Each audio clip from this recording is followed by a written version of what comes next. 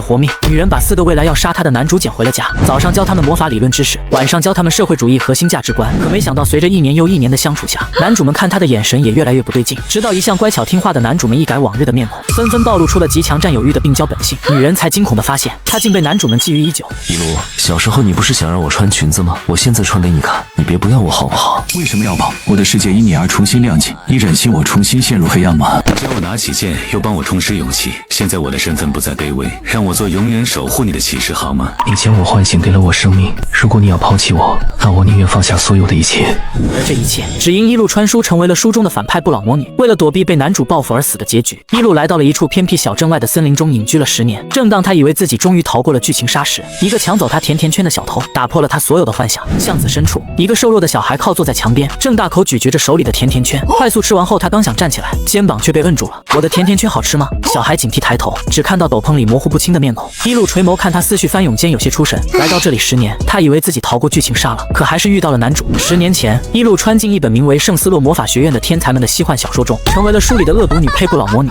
原剧情中，原主在暗地里研究摄人魂魄的黑魔法，用神器预测到主角们身上的强大力量，于是通过神器的定位，把还年幼的男主们抓起来，想要将其炼化，期间各种折磨他们。后面男主们纷纷逃脱，直到10年后，原主就被记仇的男主之一复仇杀死了。当时一路刚穿过来时，发现剧情还没开始，于是机智的他马上就搬到了大陆最东方的边陲小镇，做一个隐居森林的避世魔女，试图躲过剧情。没想到还是躲不过必要的剧情点，还是让他遇到了其中一个年幼的男主。而面前这个抢他甜甜圈的小孩，正是男主之一德莱尔维斯。他是维斯国王室最小的皇子，今年才6岁。小德莱尔生母是个犯了重罪的死囚，因为身份不被王室接受，于是他被秘密流放到了大陆最偏远的地方。这些人想让年幼的德莱尔自生自灭，可他非但没有灭亡，反而在鱼龙混杂的平民地区越来越疯长。他在极度艰难的成长环境下，15岁就成为了高级魔法师，18岁更是直接杀回国，血腥手段干掉王室许多人，直接扬名了整个斯洛大陆。不过现在的德莱尔还只是个靠抢食物饱腹的流浪儿。一路看着面前脏兮兮的德莱尔，不由得嫌弃道：“小鬼，你应该知道天下没有免费的午餐吧？”德莱尔被他摁得动弹不得，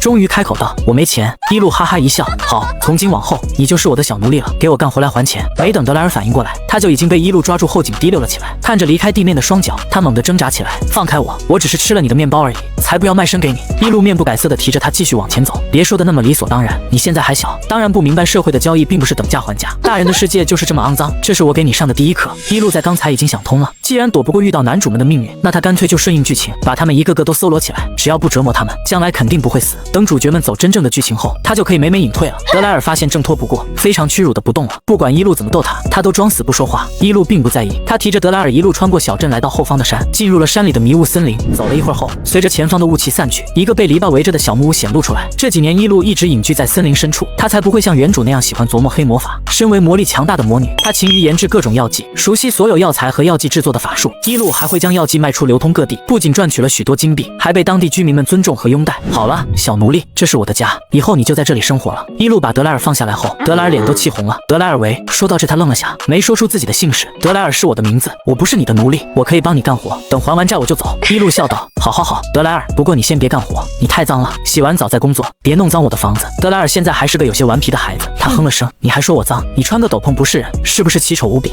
你这个怪人！”一路哈哈笑个不停，随后他将兜帽摘了下来，随着兜帽落下，如瀑布般的黑色长发倾泻而下。德莱尔的视线猝不及防对进了那双雾灰色的桃花眼中，苍白的皮肤给一路精致又美艳的容貌添了一些清冷，可他天生含笑的桃花眼和左眼睑下的泪痣又让人感觉多情。她不像是隐居的不死魔女，更像是生长于天地灵力之间的神秘精灵。我叫一路，是个魔女哦。看到我的真面目害怕了吧？一路点了一下看呆的德莱尔额头，走了，去洗澡。德莱尔都已经跟着一路进了木屋，才后知后觉的反应过来，他气得跺脚：“我才没有害怕，我只是觉得你应该不吃人而已。”一路闻言，手里的药水都差点没拿稳，他哭笑不得。魔女一族天生带有不死魔力，是非常强大的存在，于是就被人类忌惮，从而传出许多夸张的谣言。一路将手里的药水倒进刚放满热水的浴桶，绿色的药水瞬间将桶里的水染成深绿色，像是在炼制毒药一样。一路回头看站在浴室门口踌躇的德莱尔，嘴角勾起一抹微笑，紧接着语气故作森然道：“小鬼，我当然不吃人，但我喜欢把人炼化成药水，你这种年幼的小孩是我最喜欢的药材。”德莱尔的瞳孔猛地放大，下意识就想逃跑，被一路轻而易举抓住后，拉到了浴桶跟前。他的笑声止也止不住，哈哈哈，逗你的！瞧你胆小的样子，这是加了药水的洗澡水吧？你脏死了，赶紧给我洗个澡！德莱尔气得脸颊鼓鼓的，他太单纯，很容易被一路骗到，这让一路有种新奇感。德莱尔看向一直盯着自己的一路，终于有些难以启齿的开口道：“你出去啊！”一路这才恍然过来，德莱尔虽然才6岁，但养孩子要从小培养男女有别意识，还是要注重孩子自尊心的。有事喊我哦。说完，一路就从浴室中出来了。门关上后，德莱尔松了口气，他将衣服脱下，露出身上密密麻麻的伤痕。1年前，德莱尔被王室的人流放到这个大陆最偏远的地方，为了生存，他每天混迹在鱼龙混杂的黑市和赌场，靠着抢来的食物饱腹，即使躲得很快，也经常被抓住毒打。从没有人像一路这样，嘴上说让他还债，却没对他进行打骂，还把他带回了家。看着冒着绿泡的浴桶，德莱尔深吸一口气，一个猛子钻了进去，并没有想象中的滚烫和碰到伤口后的疼痛。德莱尔泡进水里后，浑身被一股温暖的力量包围，温和的魔力在他身上流窜，他的新伤口肉眼可见的快速结痂了。德莱尔诧异的看了又看，终于明白了过来，这是一路为了给他疗伤而加入的治愈药水。他嘴上嫌弃他脏，实际为他准备的很周全。想到这，德莱尔感觉心脏也暖洋洋的。过了一会儿，浴室的门打开了，裹着浴巾的德莱尔躲在门口，他将脑袋探出来，视线搜寻到了一旁的一路，小声说道：“我没有衣服。”一路低头看他，愣了一下。洗去脏污的德莱尔白白净净的，五官和眉眼很俊朗，但还太稚嫩，而且太瘦了。原书对德莱尔的描述是如火一样热烈的人，他行事阴晴不定，又易怒易暴躁，沉寂的心在遇到女主后燃烧起来。从此他只在女主面前表现的傲娇又开朗。现在这团还很弱小的火苗落入了一路手中，一路在心里叹了口气，虽然将来是无所不能的男主角，但目前还只是个没什么心眼的可怜妻子，他就当在漫长人生中找些好事做，认真养孩子吧。一路将手里的衣服举起来，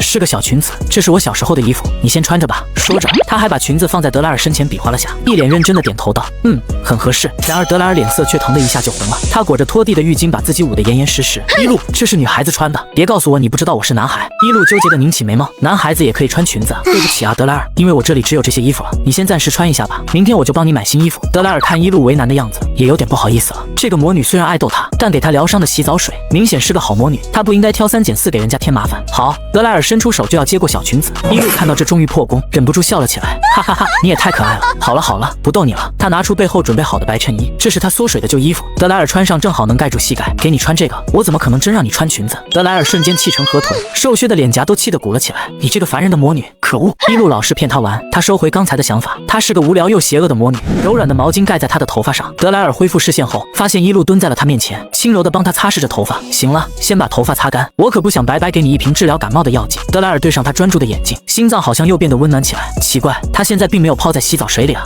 我自己来。德莱尔抱住衣服和毛巾，重新进入浴室中。一路摸了摸鼻尖，这小孩脾气就是古怪，跟个刺猬一样，摸上去一手刺。一路的木屋不大，横厅里除了木桌和小沙发这种必备家具以外，其他区域放置的全是他用来做药剂的材料和工具，几乎无处下脚。他这里的卧室只有一个，拐角处倒是有个放杂物的小房间。一路走到杂物间门前，打开门后才看清里面堆满的杂物，都是他随手丢进去的废弃物品，从来没有清理过。一路深感头疼，他现在越来越担心自己会把男主养死了。就在这时，德莱尔的声音在他身后响起：“那个，我现在要做什么？”一路苦笑回头，德莱尔身上的衬衣还是有点大，他光脚踩在地板上。一路这才发觉他忘记给德莱尔准备鞋袜了，于是他嘴角的苦笑加深了。虽然现在是夏季，但晚上地上凉，先坐沙发上吧。一路一把抱起瘦小的德莱尔，他一只胳膊就可以将他拢在臂弯中。德莱尔吓了一跳，下意识环住他的脖子，两人一凑近，他的鼻尖都是一路身上淡淡的药香。德莱尔忍不住多嗅了嗅，这和他之前在王宫的花园中闻到的花香、贵族们用的昂贵香水都不一样，是一种让人感觉很温暖和安心的香气。一路将德莱尔放到小沙发上，你先坐着，等我一会。他回卧室里翻找半天，拿了双白色袜子出来。等他回到沙发旁边，发现德莱尔已经蜷缩在沙发上睡着了，他瘦弱的小身体缩成一团，怀里抱着抱枕，半张脸都埋了进去，睡得似乎很沉，眼角好像还有着泪水，嘴里呓语着什么。一路凑近听了听，德莱尔含糊不清地说着：“别打我。”一路下意识皱了皱眉，他的心脏抽痛了下。给德莱尔盖上小毯子后，一路就悄悄地走开了。原书剧情对男主们儿时的凄惨经历都是一笔带过，如今真实面对着尚且年幼艰难生存的德莱尔，他只有心疼和同情。一路叹了口气，走到小厨房里开始生火煮饭。他都是1月采购一次耐存放的食物，今天正好补货了，但都是一些仅限饱腹的东西，肯定不能给正在长身体的德莱尔吃。为了德莱尔的成长，他决定明天要再出去大采购。另一边，德莱尔猛地惊醒，他擦了擦湿润的眼角，从沙发上坐起后，怀里还紧紧抱着有些粗糙的布抱枕，上面有一路身上淡淡的药香，他抱着感觉很安心，所以才闭上眼就睡着了。这时一路端着盘子从厨房里走了出来，醒了，饿了吧，过来吃饭。等德莱尔脚踩到地板上，才发现脚上已经多了双白袜子，肯定是一路趁他睡着给他穿上的，他不由得有些些踌躇，走到餐桌旁并没有坐下，手指紧紧绞着衣角，看上去很紧张。怎么了？伊露有点疑惑。我不是来还债的吗？你为什么对我这样好？德莱尔低着头，不久前还浑身带刺的他，终于在伊露面前硬气不起来了，因为他发现伊露根本没想让他做什么活，反而很照顾他。伊露点了一下他的额头，说道：“哼，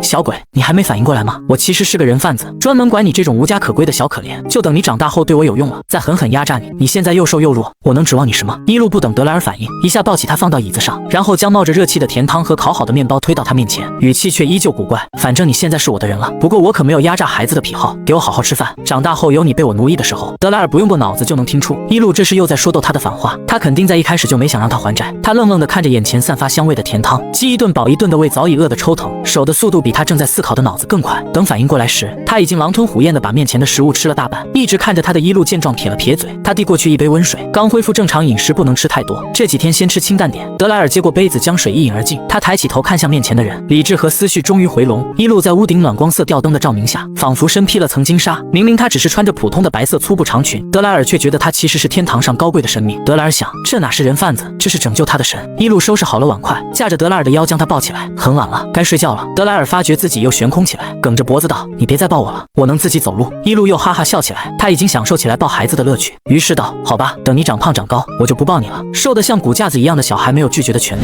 伊露将德莱尔抱到他的床上，他的房间不大，布置也很简单，只有一张床和一个衣柜。德莱尔被伊露塞进被窝里，他无奈道：“这几天你先跟我一起睡，等我把杂物间收拾出来，你就有自己的房间了。”好了，亲爱的德莱尔，晚安。伊露转身准备离开时，他的袖子被德莱尔轻轻拽住了。伊露疑惑地回头看他，德莱尔表情有些局促，好一会儿才开口道：“不是一起睡吗？你去哪儿？”伊露一眼看穿这小孩是害怕了，他本来想去继续制作还没完成的药剂，但要是把实话说了，德莱尔肯定要故作坚强的不用他陪，等他离开万一躲被窝里哭，不成他欺负小孩了。我去洗个澡，然后就回来，你先睡吧。听到这，德莱尔松了口气，他抱住枕头，小小的一团就那么跪坐在床上，明明很困了，却还是睁大圆溜溜的眼睛紧紧盯着伊露。那我等你回来一起睡。看到这，伊露心都软了，摸了摸他炸毛的头发，好，我很快就回来。一向洗澡用时很久的伊露，今晚只是快速冲洗了下，等他擦干头发回到房间，原本以为会撑不住睡了的德莱尔，还保持着先前跪坐的姿势。德莱尔困得头一点一点的，听到开门的动静后，他清醒过来，抬起头，眼里闪过一抹喜色。好了，睡觉。伊露将德莱尔塞回被窝，随手将台灯关掉后，突然说道：“明天我要去小镇采购，应该要下午才回来，厨房里会给你留饭。”德莱尔在躺下的那一刻就已经意识模糊了，他没怎么听进伊露的话，只含糊的应了一声，就抓着被子睡着了。第二天清晨，伊露醒来时，德莱尔还在熟睡，给他掖好被子，伊露就走出了房间。他先是准备好了食物用魔力保温着，然后换了身衣服，穿上黑斗篷后就出门了。森林离小镇不算远，但也要走1个小时左右。等伊露走到山脚下的小镇时，太阳已经升起了。这次要采购的东西有点多，伊露就在山脚处租了个马车，他驾着车驶进小镇，开始一家家铺子逛起来。此时木屋的房间里，德莱尔缓缓醒过来，他第一时间看向床边，发现睡在一旁的伊露不见踪影，而且被窝已经没有余温，证明他离开有一段时间了。伊露，德莱尔内心一阵恐慌，他快速下床冲出房间，在不大的木屋里寻找，都没看到伊露的身影。终于，德莱尔看到厨房里温着的食物后才松了口气，伊露给他留饭了，应该只是有事出去了，很快就会回来了吧。德莱尔乖乖吃了饭，然后蜷缩在沙发上，他抱着有淡淡药香的抱枕，眼睛都舍不得眨地盯着门口。屋子里很安静，只能听到墙上挂钟的指针轻轻走动滴答的声音，时针从8一直走到12，又走到3，等到走到6的时候，外面的天色暗了下来。德莱尔再也坐不住了，他不知道伊露去了哪里，他昨天还说拐了他，哪有拐了人第2天就消失不见的。他感到巨大的恐慌，他知道森林很危险，城镇里的那些大人也很可怕，他担心伊露遇到危险了，不管怎么样他都要出去找伊露。德莱尔打开木屋的门，外面天已经黑透了，隐约可见浓重的白色雾气围绕在院子里，森林夜晚的温度也很低，只穿着一件衬衣的他打了个哆嗦，可德莱尔咬了咬牙，还是义无反顾地冲了出去。